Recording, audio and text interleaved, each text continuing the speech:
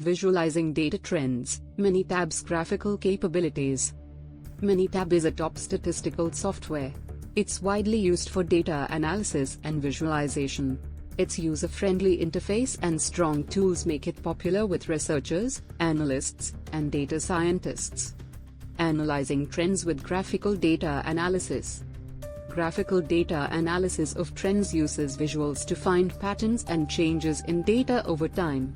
Minitab offers a range of graphing tools, such as time series plots and control charts, to help users easily spot trends and anomalies. Interpreting data trends with visual analytics. Visual analytics is a data analysis method. It combines interactive visualization with analytical techniques. It helps to explore data, find trends, and gain insights.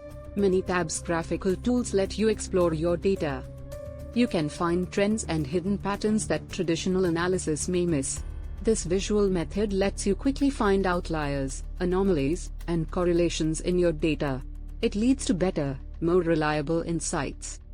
Trend analysis and data visualization techniques.